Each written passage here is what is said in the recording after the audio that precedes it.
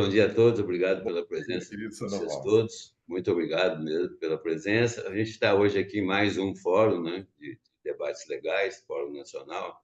E hoje com o Damasceno trazendo algumas novidades aí sobre o planejamento tributário para o ano que vem, que a gente, o ano que vem, começa uma fase nova na administração tributária de todas as empresas do Brasil por conta do início das atividades da reforma tributária. E Damasceno trouxe aí os dois, três tópicos que são importantes. Eu já aviso que nós vamos fazer outros fóruns com referência ao planejamento tributário para 2026, ainda este ano, para a gente entrar em janeiro aí e não deixar surpresa para ninguém. Damasceno escolheu esses tópicos, a gente vai lidar com isso hoje. Muito obrigado por enquanto, espero que a gente tenha um bom bate-papo. Vamos em frente. Vamos sim.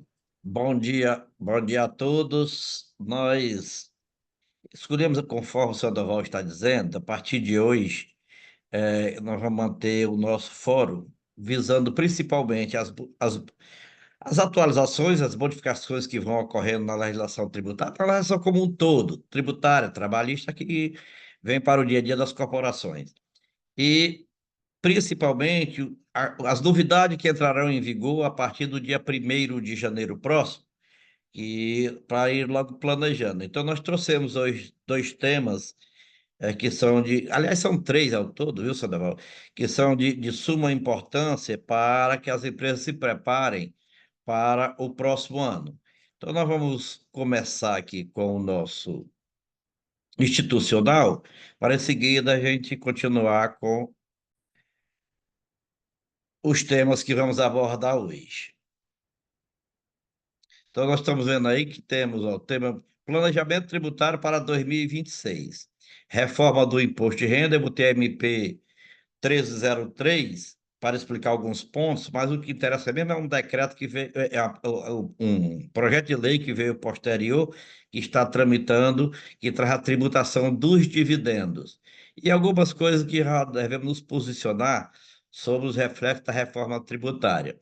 A reforma tributária, principalmente agora, nós temos que trabalhar direcionada por setores e por localização.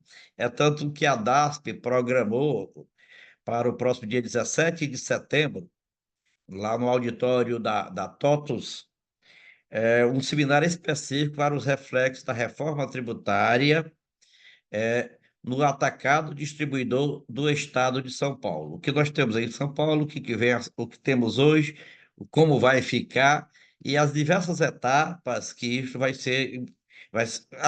da implantação dessa reforma. Hoje nós vamos abordar esses três temas que é de interesse geral de todos os contribuintes, seja pessoa jurídica ou pessoa física, espalhada pelo Brasil.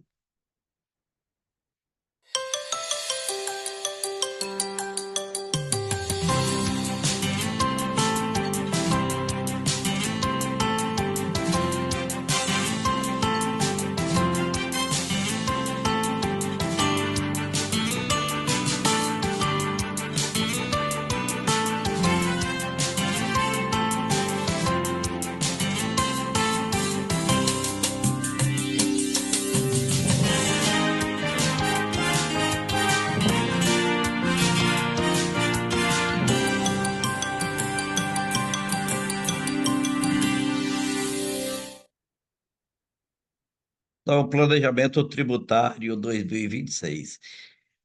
Se nós analisarmos a situação do Brasil para se planejar, é um pouco difícil, porque há um envolvimento muito forte da política com o mundo corporativo, e nós estamos vendo o momento que o Brasil passa hoje, com esse tarifaço do presidente dos Estados Unidos, vinculados não a um relacionamento comercial, não a um relacionamento econômico, mas principalmente ao relacionamento político. Se nós analisarmos direitinho, sem qualquer paixão política, nós podemos chegar à conclusão de que a intenção não é salvar ninguém, a intenção não é tirar a punição de ninguém, mas a intenção tem um reflexo bem maior, é o poder dos Estados Unidos sobre diversos países, principalmente aqueles que podem oferecer algumas matérias importantes, como nós podemos tomar como exemplo aquele primeiro ponto em que ele recebeu lá nos Estados Unidos, o presidente da Ucrânia, e o tratou não como um presidente, mas o tratou como uma pessoa que não merecia grande apoio, simplesmente para forçar a assinatura de contratos sobre aquelas terras raras, aqueles produtos que os Estados Unidos precisam, porque estão no mercado perdendo campo para a China. O Brasil não fica atrás. O maior possuidor de terras raras no mundo, primeiro é a Ucrânia, segundo é o Brasil. Então, a intenção dele é ter no poder brasileiro alguém que fique subjugado ao seu comando ou ao comando dos Estados Unidos, principalmente para proteger as fintechs, para proteger os grandes empreendimentos do Vale do Silício. Aquelas bateriazinhas, inclusive tem um quadro que está passando sistemático da análise do poderio da China, uma pequena bateria de lítio que faz com que funcionem os equipamentos, os carros elétricos, carros automáticos, etc, etc, etc. E a matéria-prima desses produtos estão exatamente na Ucrânia e no Brasil. Então, por isso, esse foco tão grande aqui. Não pensem que a finalidade é proteger alguém, criticar alguém, prejudicar alguém, tirar cartão de crédito de alguém, não. É simplesmente o futuro. Ter o Brasil na mão na próxima eleição. E o Brasil é muito complicado quando nós falamos realmente de planejamento tributário. Se nós analisarmos hoje, as três esferas do poder estão se digladiando por um motivo muito simples. Quando um entra na área do outro, o outro quer entrar na área daquele e fica aquela briga dos três poderes que deveriam, conforme o termo da Constituição, ser independentes, mas harmônicos. Eles não estão harmônicos. E o que a população leiga toma conhecimento é muito deturpado. Ora, critico muito o Supremo Tribunal Federal, mas se vocês analisarem, o Supremo Tribunal Federal não tem a iniciativa de absolutamente nada. O Supremo Tribunal Federal reage às provocações que recebe do Poder Executivo ou do Poder Legislativo. Nós tivemos aí agora no caso do IOF. No caso do IOF, dentro de uma competência própria do Poder Executivo, foi baixado um decreto. Esse decreto extrapolou os limites da competência do Poder Executivo, extrapolou em alguns pontos pequenos que poderiam ser corrigidos, mas não. O Congresso Nacional baixa um decreto legislativo, suspendendo o efeito do decreto executivo. Ora, se dois poderes estão se digladiando por uma competência de cada um, vamos dizer assim, quem tem que resolver? Quem tem que resolver é a Constituição Federal, é o que diz a Constituição Federal. E quem é que aplica os entendimentos da Constituição Federal? É o Supremo Tribunal Federal. Então, lá vai para o Supremo Tribunal Federal ser criticado porque está se metendo na matéria, em área do Poder Legislativo ou em área do Poder Executivo. Mas é o poder judiciário que tem que se manifestar. E nós estamos numa situação ainda reflexo de 1988, da Constituição de 88. Não sei se vocês se lembram, mas a Constituinte trabalhou todo o processo legislativo da nova Constituição, baseando-se num sistema de governo não presidencialista, mas parlamentarista. E os maiores defensores do parlamentarismo em 1987, 1988, 1987, 1988, eram pessoas muito fortes. Mário Covas, Fernando Henrique Cardoso, Roberto Freire, entre outros grandes parlamentares da época. E tudo caminhou para que nós tivéssemos um sistema de governo parlamentarista. No último, no fechar das luzes, entra em cena o presidente da República de então, chamado José Sarney, que tinha, na época, um mandato presidencialista de 6 anos. Só que com a entrada em vigor da Constituição, a Constituição nova, o direito adquirido não perdura, não prevalece, a não ser que haja a recepção pelo novo contexto da Constituição Federal. E a Constituição, ele passou, então, a negociar.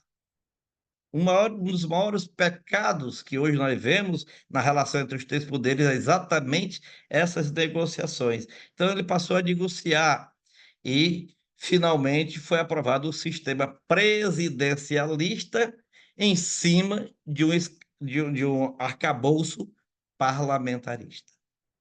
No arcabouço parlamentarista, o poder legislativo tem muitos poderes.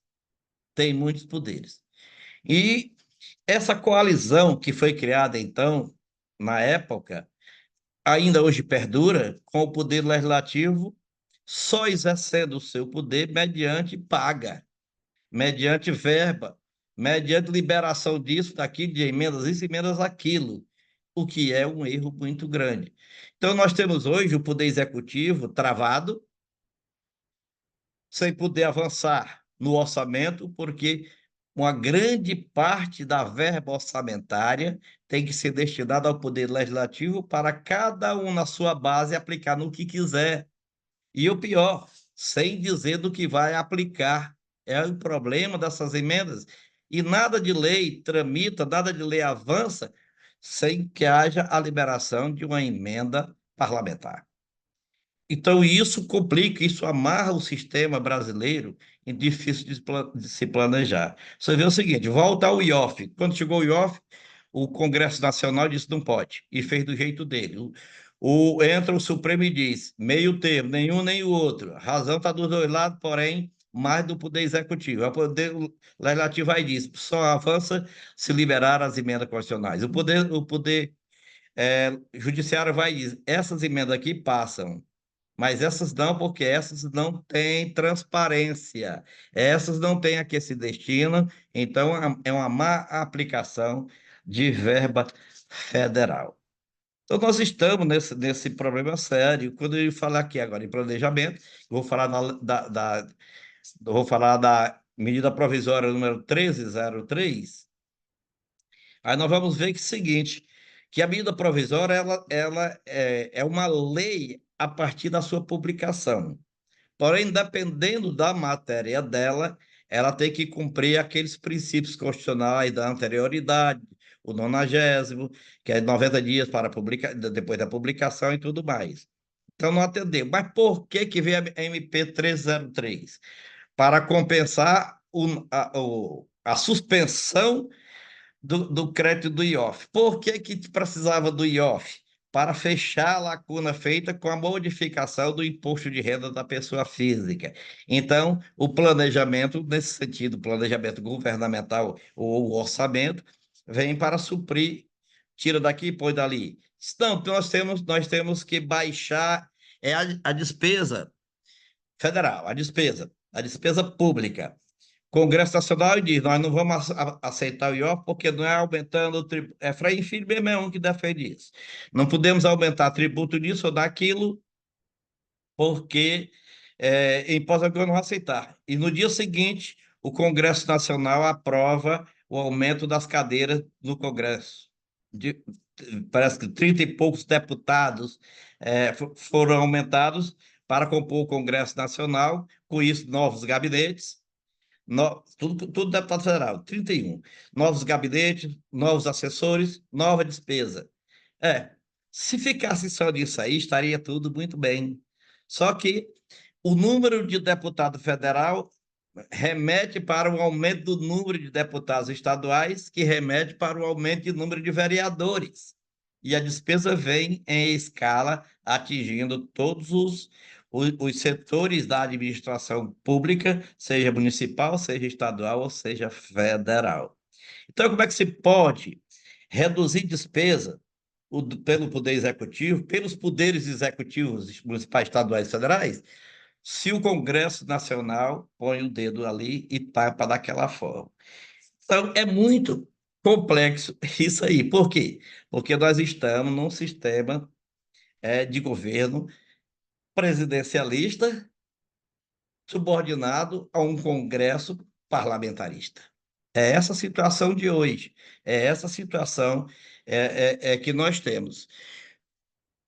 Eu digo o seguinte: nós teríamos nessa reforma, na reforma que vem aí, principalmente do Código Eleitoral, a reforma administrativa, algumas lacunas precisam ser fechadas e outras situações modificadas. Primeiro, é preciso acabar com a reeleição do presidente, de governadores e de prefeitos. A reeleição aumenta um pouquinho mais o mandato e acaba com a reeleição para poder essas autoridades se dedicarem à administração e não negociar para ser reeleito. Segundo, dá uma enxugada na máquina realmente para que possamos acabar com diversos assessores que não vão trabalhar, com diversos assessores que não estão lá para fazer absolutamente nada. E mais ainda, quando um presidente é eleito, ele é eleito pelo povo escolhendo a proposta que levam a público durante a candidatura, durante o pleito, durante a campanha. E o povo elege aquele representante que vai exercer aquelas promessas, promessas que nós sabemos que ninguém praticamente cumpre. Mas as promessas que são feitas e que necessitam de lei, aí nós temos os projetos de lei, nós temos as medidas provisórias, projeto de lei complementar, que dependem, embora sejam promessa do executivo, depende da aprovação do legislativo. O legislativo diz, não aprovo, muda, não sei o quê, porque não é promessa de Estado, é promessa de governo. Se eu for fazer isso, eu vou fazer aquilo e etc. Só que o nosso Congresso de hoje, ele foi eleito com a maioria do campo da direita. Quem estava no poder era Bolsonaro, e os bolsonaristas fizeram um trabalho muito bonito de campanha, e hoje nós temos o Congresso Nacional, mais da metade de direita, enquanto considera-se o executivo de esquerda. Então, o Poder Legislativo bota o dedo daqui e dali e não aprova as propostas que vêm do Poder Executivo. Eu fosse o presidente, eu fosse o Poder Executivo, chegasse, Brasil, eu prometi isso, isso, isso, isso, isso. As medidas para serem concretizadas precisam disso, disso, disso, disso. Essas medidas precisam de aprovação do Congresso Nacional. Congresso, toma, está aqui no meu projeto, faz o que tu quiseres. Agora presta conta com o povo e não comigo. E ficava esperando.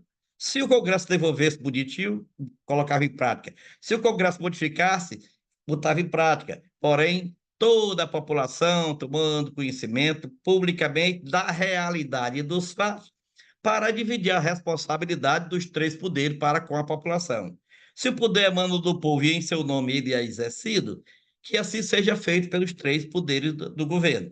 Então, que nós tivéssemos o poder legislativo, o poder executivo e o poder judiciário submetido à vontade do povo nessa situação. Então, cada qual cumprindo o seu papel. Não é o que nós temos hoje. Nós temos uma dificuldade muito grande. Aí vamos os fatos. Reforma do imposto de renda. A medida provisória 303 de 2025, que ela está em análise do Congresso Nacional, ela foi publicada, levada a conhecimento público em junho de 2025. A proposta dela busca equilibrar as contas públicas através de mudança na tributação de investimentos, ativos virtuais e regras para compensação tributária, entre outras disposições.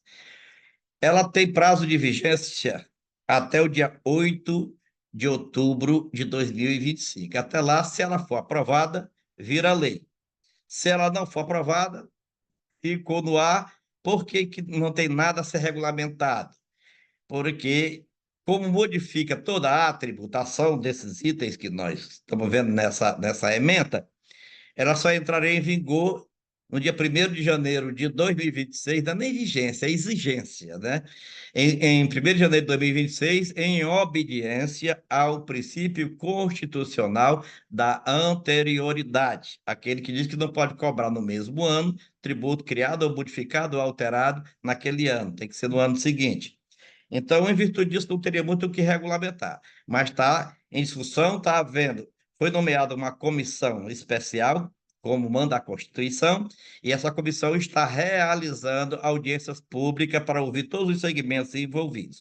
O que traz essa MPV, melhor dizendo, traz o seguinte: os rendimentos de aplicações passam para uma alíquota única de 17,5%. Hoje nós temos de 22,5% a 15% para os rendimentos de renda fixa e 15% para o de renda variável. Implica o quê? Que o de renda variável terá um aumento de 2,5% no imposto.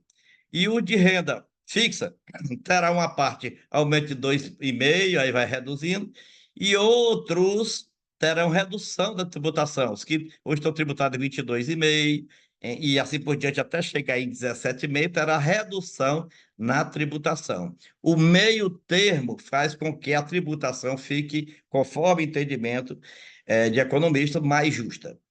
As aplicações que hoje são isentas, LCI, LCA, CRI, CRA, LCD, fundos imobiliários, que é o FI, e o Fundo do Agronegócio, FIAGRO, eles teriam uma tributação de 5%. A maioria delas são isentas. Tem situações do fundo imobiliário e do fundo do agronegócio que hoje, dependendo do momento em que você retira a aplicação, tem uma tributação bem maior e ela seria reduzida para 5%. Então, há situações para cada caso em que a isenção passa a ser tributada e quando você não tira no final do prazo previsto para aplicação, você seria tributado. Essa tributação ela é reduzida da tabela para 5%. Mais ainda, tributação das bets. Hoje as bets, vocês sabem muito bem o que é uma coqueluche que está aí no mercado, onde muita gente está quebrando, vendendo casa, vendendo carro, para poder jogar e virou um vício, né? Você não assiste mais a um jogo de futebol em qualquer televisão se tem uma propaganda da Bet e assim por diante. Passa de 12% para 18% a tributação das bets. Capital próprio, capital que o empresário tem dentro da sua própria empresa.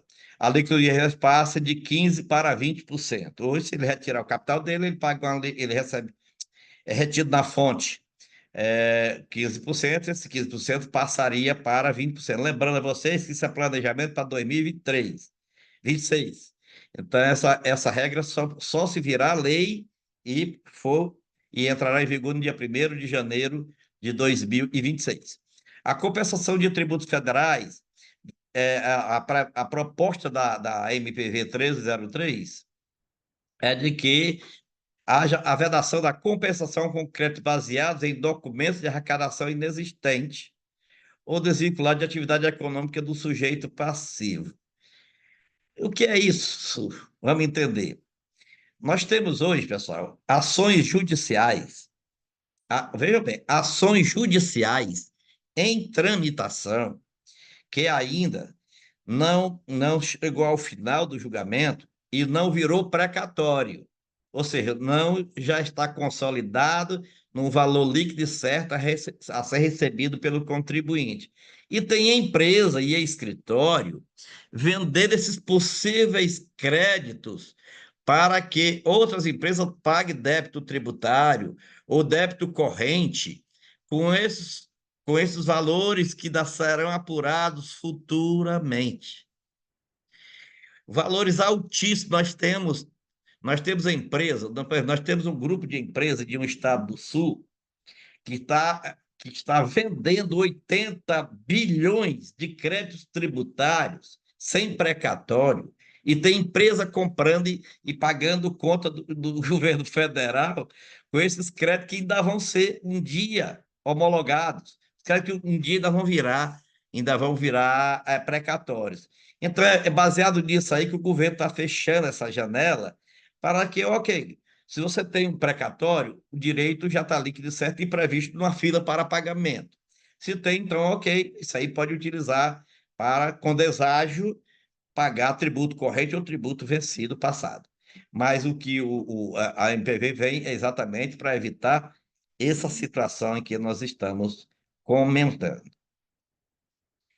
Temos ainda, como a MPV ela só tem vigência e ela é possível de que não passe, o governo apresentou um projeto de lei, o projeto 1087 de 2025, estabelecendo ou trazendo uma nova redação para uma proposta que foi feita, que está tramitando também em 2021.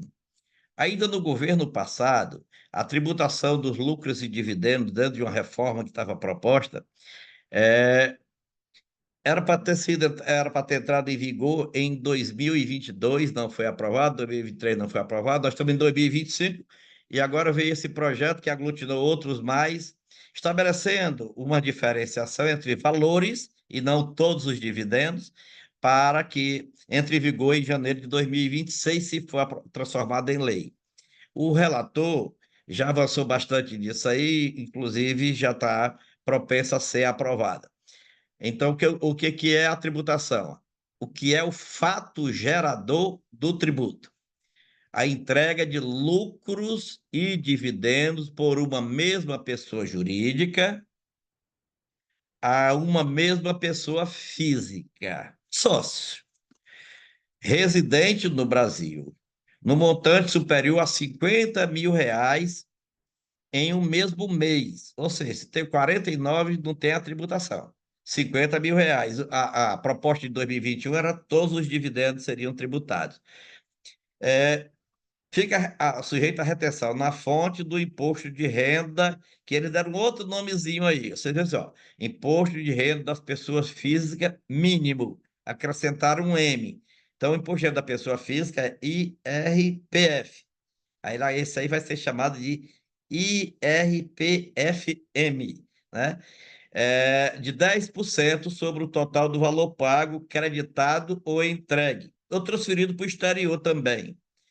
São vedadas quaisquer deduções da base de cálculo. Ou seja, completou 50 mil, vamos que o empresário receba de adiantamento por conta de dividendo ou por conta de lucro futuro, no início do mês recebe 10 mil. No meio do mês, tira mais 30 mil. E no final do mês, tira mais 10 mil. Somou os 10 mil primeiro, não teve tributação na fonte.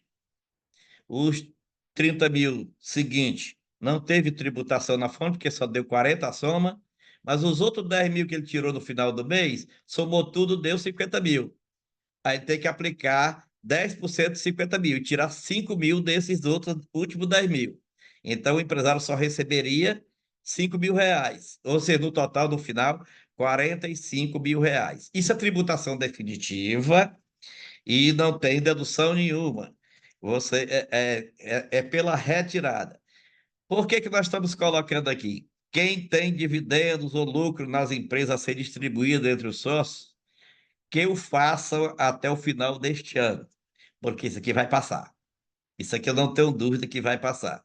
Então, quem tiver nessa situação, eu sei que tem muitas empresas que fizeram balanço agora, que tem lucro para ser distribuído, que o façam antes do próximo ano, porque vai ter uma confusãozinha no início do ano. Eu fecho o balanço no final do ano, chego ao lucro, consolido o lucro, aí vou distribuir isso aí já a partir de janeiro, tem a tributação ou não? Vai depender do que ficar definido no final dessa lei aqui.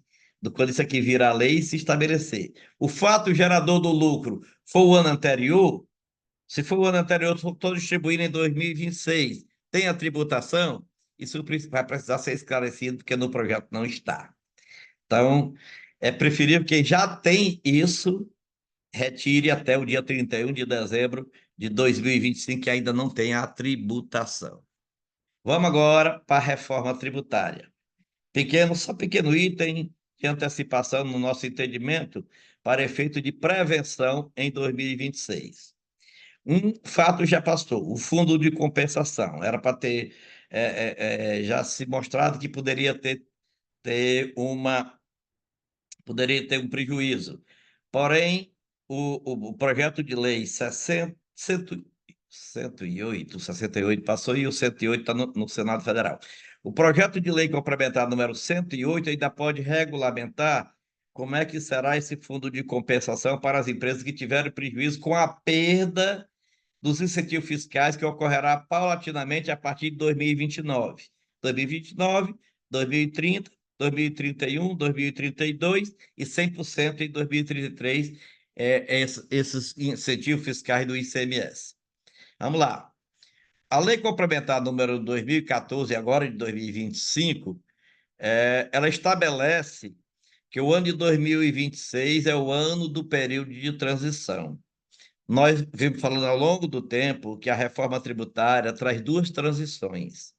Uma transição para a sociedade, contribuintes e consumidores, e nós estamos tratando de tributo sobre o consumo, tributação sobre o consumo, então, de 5 anos.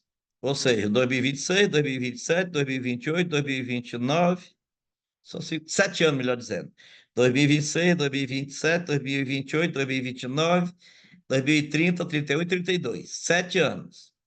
Para os entes federados, municípios, estados e União, são 50 anos.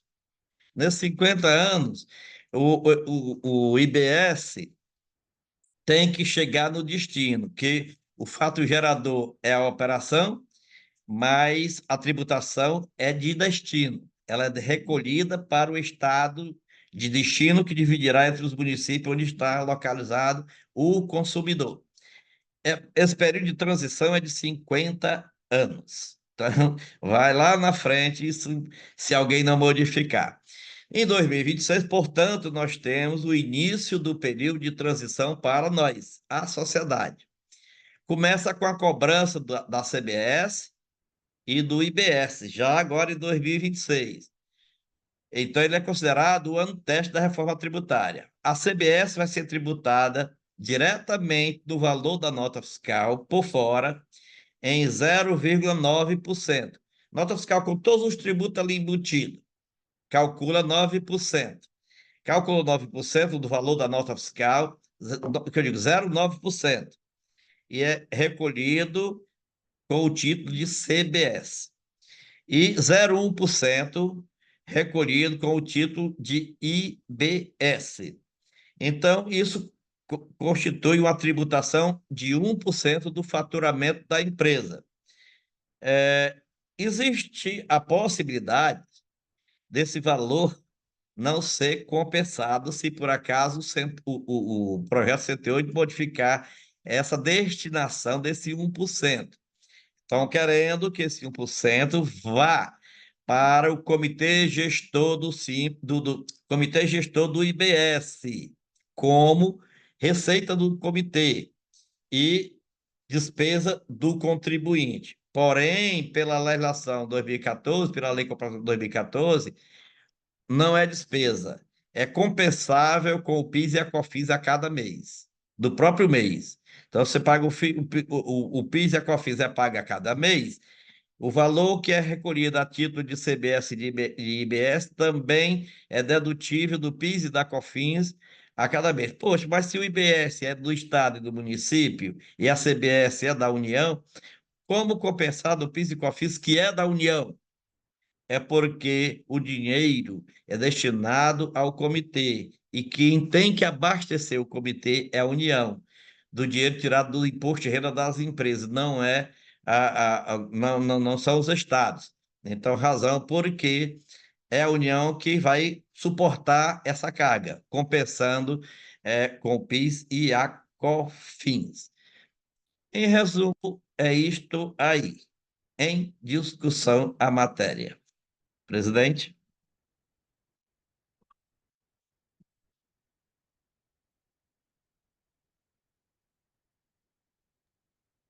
Bom, muito obrigado, doutor Damasceno.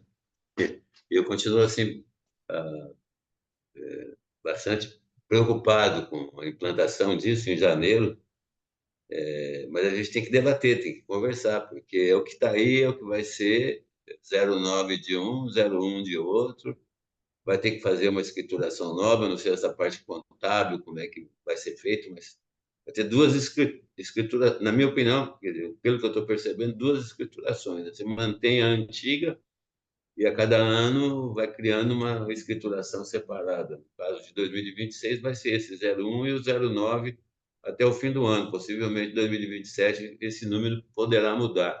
É a sensação que eu tenho. Sandoval, isso já está previsto na lei, e o que eu tive reunido com o pessoal do Concefaz, eles já estão bem avançados nisso aí, em termos de. E hoje o presidente do Concefaz foi eleito presidente do comitê gestor do IBS, tá? Para poder não haver conflito de entendimento. Então, o presidente do Concefaz, que é o Conselho dos Secretários de Fazenda dos Estados e do Distrito Federal, é o mesmo presidente do comitê. Então, para poder haver o mesmo entendimento, a mesma diretoria, o mesmo vice, assim por diante. O que eles estão trabalhando é o seguinte: as notas fiscais hoje existentes vai ser só aumentado um quadrinho para destacar para destacar o 09 e o 01. Eles querem aproveitar o máximo possível todos os softwares, toda a documentação hoje existente para diminuir o custo operacional das empresas. Então, esse aprimoramento já está bem avançado. E a Receita Federal já está no segundo grupo do projeto piloto de adequação das empresas para o lançamento disso aí, assim como foi feito na época da nota fiscal eletrônica.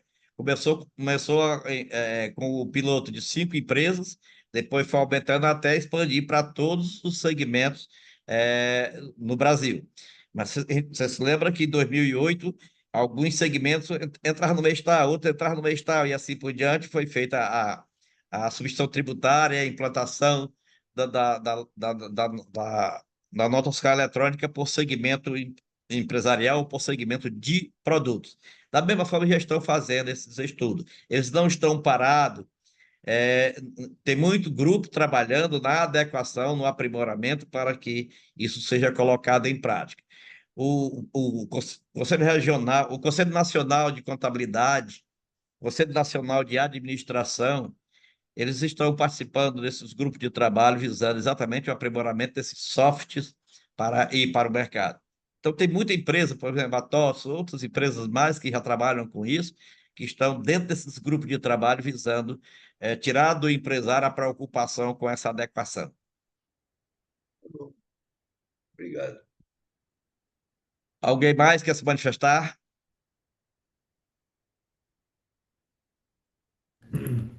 Deixa eu... Oi, doutor Damasceno, eu tenho uma dúvida em relação à situação do juro sobre capital próprio. Você colocou que a alíquota está pulando de 15 para 20, e isso já é tributado na pessoa jurídica, né? Os juros que a empresa paga por estar fazendo a distribuição para o sócio, é isso? Não é a distribuição. A distribuição hoje não é tributada ainda. Aí é o dividendo. Eles estão para 5% para o próximo. Acho que 5 é 10. 10% para o próximo ano, a partir de R$ 50.000, né?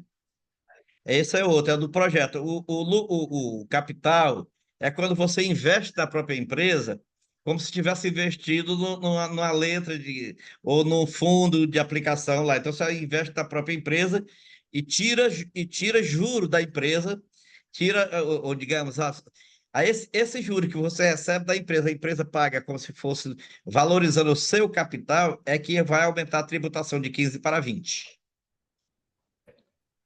É sobre digamos, o que rendeu o seu capital na aplicação na empresa.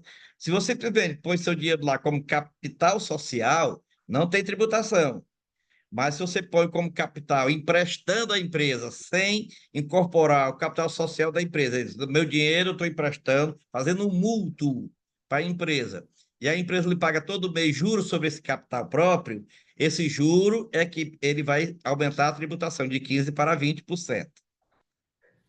Se for incorporado como capital social, não, aí não tem esses juros. Aí deixou de ser do sócio e passa a ser da sociedade. Aí não tem. Tá, Ó, ok. vamos pensar da seguinte forma, Zé Carlos. Você pega o seu dinheiro, aí você tem. Eu vou fazer aquela empresinha pobre. Tem R$ 100.000 de capital social. Aí você pega no final do ano, conforme o contrato social, você apurou, sobrou um lucro líquido distribuível de R$ 50.000. você pode pegar esse dinheiro e incorporar o capital e aumentar o capital da empresa, pode emprestar à empresa, ou pode retirar esse dinheiro e para gastar com outras coisas. Se você retira, é dividendo. Se você retira e empresta, é dividendo também.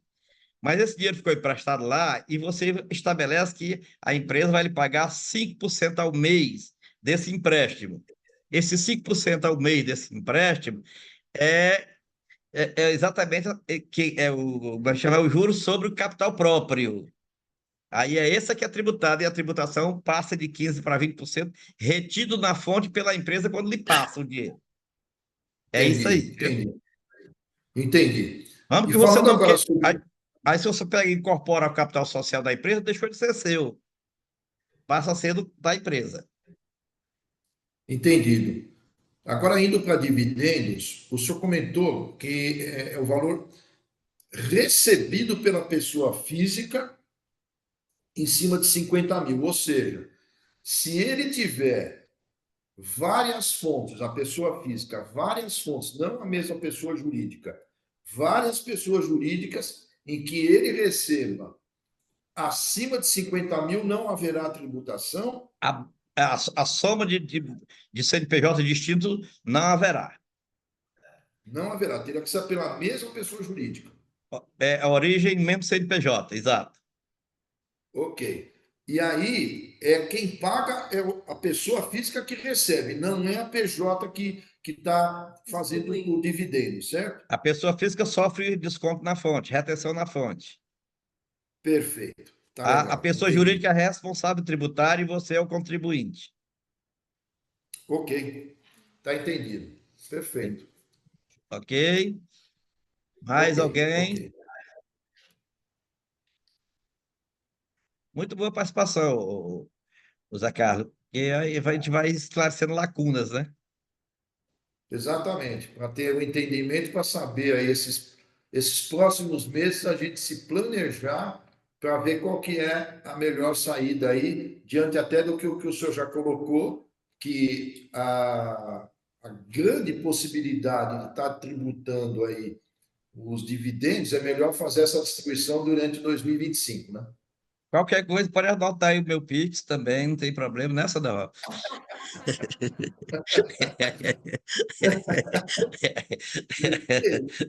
José, você quer fazer algum comentário, amigo?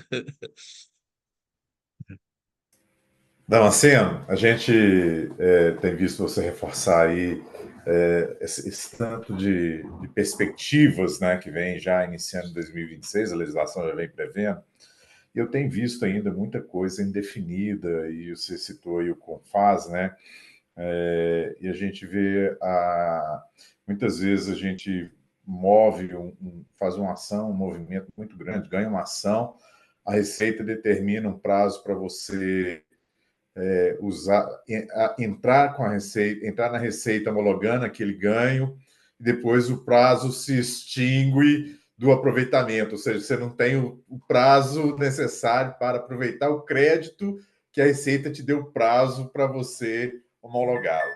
E, nesse sentido, eu não tenho visto, ou eu não tenho conhecimento com relação às questões dos créditos, né? Como é que eles ficarão a partir da entrada da nova legislação. Então, não seria um tema, até porque você colocou aí abordando, né, a dois temas específicos, mas eu queria deixar a sugestão aí, se houver alguma novidade nesse sentido, para nas próximas temáticas aí entrar com essa abordagem. Muito bem. É importantíssimo, porque, inclusive, em 2027 nós já temos essa situação. Já anotei aqui, José, que será tema do próximo encontro. Viu? Porque nós já Perfeito. vamos ter novidade mais em 2027, não em 2026. Né? Aí. É Mas eu já muita vou trazendo. novidade, Damasceno. Né? Como diz o Sandoval, a gente tem que ler melhor sobre isso, né?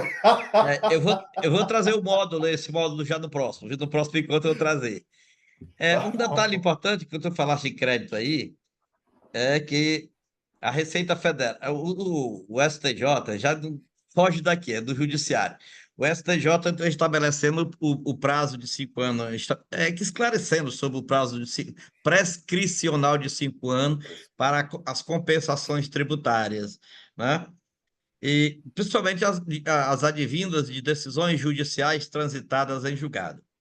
Existe um remédio de 1932, que é um decreto de Getúlio Vargas, que estabelecia a figura do negócio chamado de protesto judicial. Esse protesto judicial ele foi criado só para o poder público, para o poder público estar apurando aqui um possível débito de uma empresa. E termina os 5 anos e não consolidou, e poderia, aí fica a situação que o judiciário poderia determinar a suspensão do procedimento e parar por aí, porque havia a prescrição quinquenal. Esse decreto ele estabelece que você pode protestar. Então, dentro dos 5 anos, você protesta pela dilatação do prazo ou pela suspensão da prescrição quinquenal. Não cabe contraditório. O juiz recebe, notifica a outra parte toma conhecimento e esse prazo automaticamente fica prorrogado por 2 anos e meio mais. Então, o prazo que era de 5 anos, ele passa para 7 anos e meio. A DASP tem uma ação que eu fiz isso, viu, Sandoval? Quando estava para terminar os 5 anos, nós entramos com o protesto judicial e a União pula para todo lado, mas não tem saída, porque chama-se de princípio constitucional da isonomia, ou do tratamento isonômico.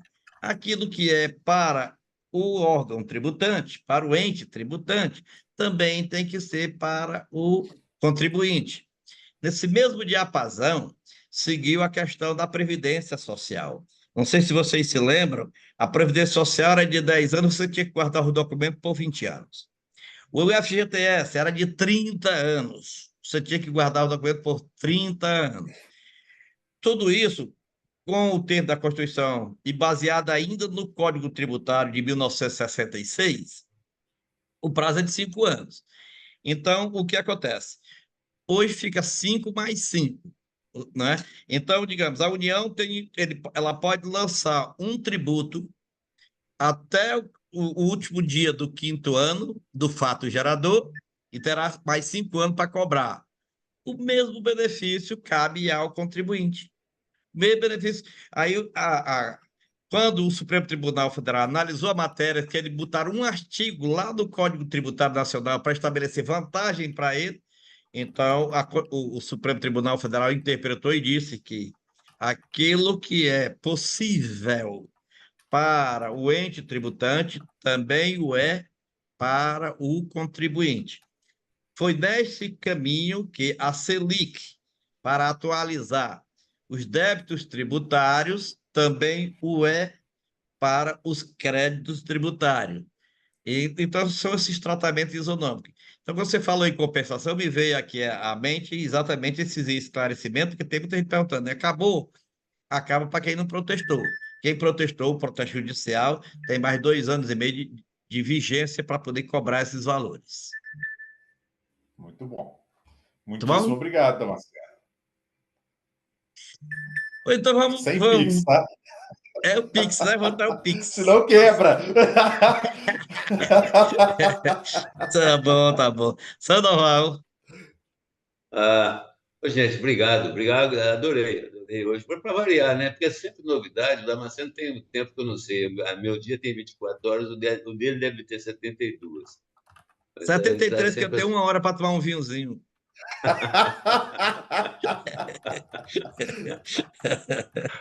Legal. Obrigado, doutor. Obrigado aí pelo teu esforço de trazer tudo isso. Obrigado a vocês aí que participaram. A gente vai estabelecer um certo cronograma aí de reuniões lidando com isso para, pelo menos o nosso pessoal, o pessoal que assiste, enfim, que possa distribuir essa informação, não faça bobagem já no começo. A gente tem que lidar com 2026. É verdade, lidar com 2026 com muito cuidado, porque a partir daí vai ser 27, essas coisas vão aumentando, até zerar tudo em 33, em janeiro de 33. Então, obrigado, gente, por tudo isso. Foi muito bom, muito, muito proveitoso. Obrigado, doutor. Obrigado a vocês todos. Vamos lá, vamos terminar a semana aí, que todos tenham bons negócios, um bom fim agora dos outros dias dessa semana e até a próxima reunião. Um abraço, gente. Obrigado. Um abraço, dia. até mais. Boa semana a todos aí. Prazer em ver. Um abração a todos, pessoal. Um ótimo dia. Valeu. Até mais.